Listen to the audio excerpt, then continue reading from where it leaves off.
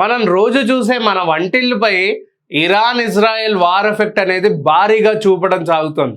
దీని ఏంటి వంటిల్లుపై వాళ్ళ యొక్క యుద్ధం మన మీద ఎటువంటి ఇంపాక్ట్ క్రియేట్ చేస్తుందని మీరు అనుకుంటే అక్కడే మీరు పప్పులో కాలేశారు.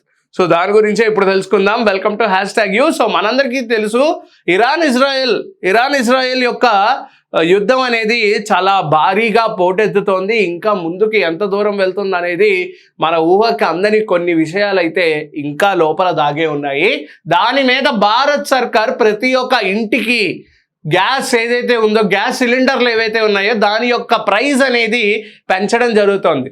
సో దాని మీద ప్రతి ఒక్క వంటిల్లు అంటే మన డొమెస్టిక్ పర్పస్కి అటువైపు కమర్షియల్ పర్పస్కి కూడా ఒక భారీ ఎఫెక్ట్ అయితే నెలకొల్పబోతోందని కూడా మనందరికీ తెలుస్తోంది. సో దీంట్లో మనం ఇప్పుడు వివరాల్లోకి వెళ్తే, యుద్ధం జరుగుతున్న నేపథ్యంలో సామాన్యులకు ఊహించని షాక్ అయితే తగిలింది. ఇందాక మనం చెప్పుకున్నట్టు సిలిండర్ ధరలు భారీగా పెరిగిపోతున్నాయి.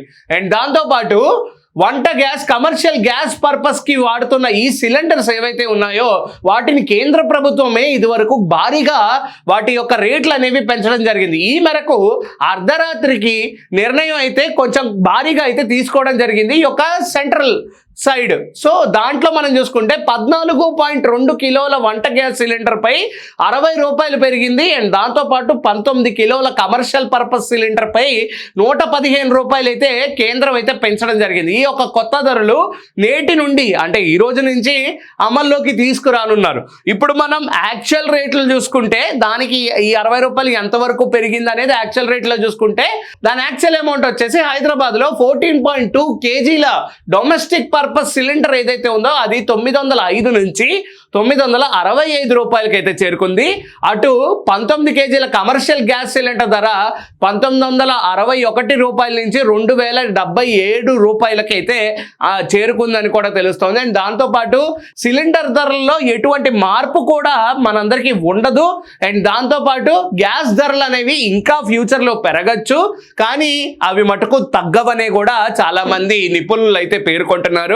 అండ్ దీంతో పాటు కేంద్ర ప్రభుత్వం వారు చేసిన జారీలు ఇలా ఉంటే, దాంతోపాటు దేశ రాజధాని ఢిల్లీలో 14.2 కేజీల సిలిండర్ ధర వచ్చేసి 853 రూపాయల నుంచి 913 రూపాయలకైతే చేరుకుంది. అండ్ దాంతోపాటు అదే సమయంలో కమర్షియల్ పర్పస్ 19 కేజీల సిలిండర్ ధర 1968.50 రూపాయల నుంచి 1883 రూపాయలకైతే పెరగడం జరిగింది. అండ్ దాంతోపాటు 853 పైసల దగ్గర నుంచి 912 రూపాయలకి ఇలా 60 రూపాయలు 70 రూపాయల యొక్క వ్యవధిలో వీళ్ళైతే వాళ్ళ యొక్క గ్యాస్ సిలిండర్ ప్రతి ఒక్క రాజధానిని ప్రతి ఒక్క ప్లేస్ని ఉద్దేశించుకుంటూ అంటే ఆ యొక్క ఏదైతే స్టేట్స్ ఉంటాయో ఇండియాలో ఆ స్టేట్స్కి తగ్గట్టు ఎంత రేట్ ఉంటే బెస్ట్ అండ్ ఎంతవరకు పెంచచ్చు అంటూ ఈ యొక్క ఇరాన్ ఇజ్రాయెల్ వల్ల బిగ్గెస్ట్ ఇన్ఫ్లేషన్ అనేది ఏర్పడుతుందని కూడా నేను ఆల్రెడీ ఇందాకే మీతో చాలా రోజుల ముందే షేర్ చేసుకున్నా. ఎందుకంటే ఇన్ఫ్లేషన్ అనేది ఈ యొక్క 2 వార్ల మధ్య జరుగుతున్న ఈ యొక్క పోటాపోటీ కాబట్టి పాపులేషన్ అనేది తగ్గిపోవడం అండ్ దాంతోపాటు వాళ్ళ సైడ్ నుంచి వచ్చే కొన్ని ఏవైతే మనకి ప్రొడక్ట్స్ ఉంటాయో ఇండియా అన్ని దేశాల నుంచి వివిధ దేశాల నుంచి కూడా ప్రొడక్ట్స్ అనేవి ఇంపోర్ట్ చేసుకుంటూ ఉంటాయి. అది మన ప్రపంచం యొక్క ధర్మం అన్నమాట. సో దాంతో మనం చూసుకుంటే ఈ వార్లు అనేవి పెరుగుతూ వచ్చే కొద్ది పాపులేషన్ తగ్గుతూ రావడం అండ్ దాంతోపాటు టెక్నాలజీ అనేది కూడా ముందుకు వెళ్తూ ఉన్న టెక్నాలజీలో కొత్త పరికరాలు లేకపోతే ఈ ప్రొడక్షన్ ఏదైతే ఎక్సెస్ అమౌంట్లో జరగాల్సి ఉంటుందో అది కంప్లీట్గా ఆగిపోవడం అంటే అది గ్రాడ్యువల్గా తగ్గుతూ వస్తుంది అనమాట. ఈ యొక్క గ్యాస్ సిలిండర్ కూడా ఆ యొక్క నేపథ్యంలోనే తీసుకొని భారత్ సర్కార్ ఈ యొక్క కీలక నిర్ణయం అయితే నిన్న రాత్రి ఈ యొక్క పాయింట్స్ అయితే తీసుకోవడం జరిగింది. అండ్ దాంతోపాటు ప్రైస్ హైక్ అనేది కంపల్సరీగా ఈ రోజు నుంచి అప్లికబుల్ ఉంటుంది. ఒకవేళ మీరు గ్యాస్ అనేది మీ ఇంట్లో ఒకవేళ ఫస్ట్ ఇంట్లో గురించి మాట్లాడుకుంటే మీరు ఒక 2 నెలల ముందో నెల ముందో లేకపోతే మొన్న బుక్ చేసుకుని ఉన్నా సరే మీకు అదే రేటు పడుతుంది. బట్ ఈ రోజు నుంచి బుక్ చేసుకుంటే గ్యాస్ ఇప్పటి నుంచి బుక్ చేసుకుంటే మీకు ఖచ్చితంగా దాని యొక్క రేట్ అనేది 60 రూపాయలు కానీ 70 రూపాయల మధ్య వ్యవధిలో మీకు రేట్ అనేది పెరగడం అయితే జరుగుతుంది. అండ్ కమర్షియల్ పర్పస్గా చూసుకుంటే 90 రూపాయల నుంచి 100 రూపాయల వరకు పెరగడం జరుగుతుంది.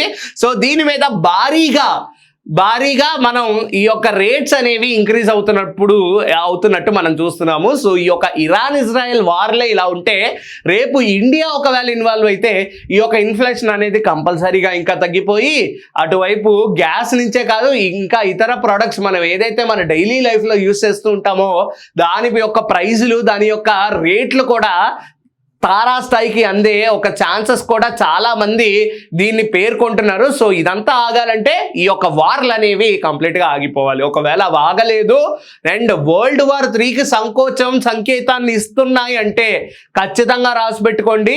మళ్ళీ మనం 1800 1700 ఏదైతే మనం టెక్నాలజీ లేకుండా ఇన్నోవేషన్ లేకుండా ఉన్నామో మళ్ళీ అక్కడికే తిరిగి వెళ్ళిపోతాం అనడంలో ఎటువంటి అతిశయోక్తి లేదు. మళ్ళీ మనం ఎక్కడి నుంచి స్క్రాచ్ నుంచి మొదలు పెట్టామో మళ్ళీ అక్కడి నుంచే స్టార్ట్ అవ్వాలి. సో ఈ యొక్క వరల్డ్ వార్ 3 యొక్క సంకేతం చాలా మంది ప్రాణాలకి నష్టం అండ్ చాలా మందికి ఆకలి బాధలతో చనిపోతారు అండ్ దాహం వాటర్ లేకుండా కూడా చాలా మంది చనిపోతారు. ఆక్సిజన్ కూడా ఫ్యూచర్లో కొనుక్కునే పరిస్థితి చాలా ఎక్కువగా మారుతుందని కూడా తెలుసుకోవచ్చు. సో దీని మీద మీ ఒపీనియన్ ఏంటి? అండ్ గ్యాస్ యొక్క రేట్లు అనేవి చాలా భారీగా పెరిగిపోయాయి కాబట్టి దీని మీద మీరేమనుకుంటున్నారో ఖచ్చితంగా మాకైతే తెలియజేయండి. Until then keep watching #you. This is Karthik signing of.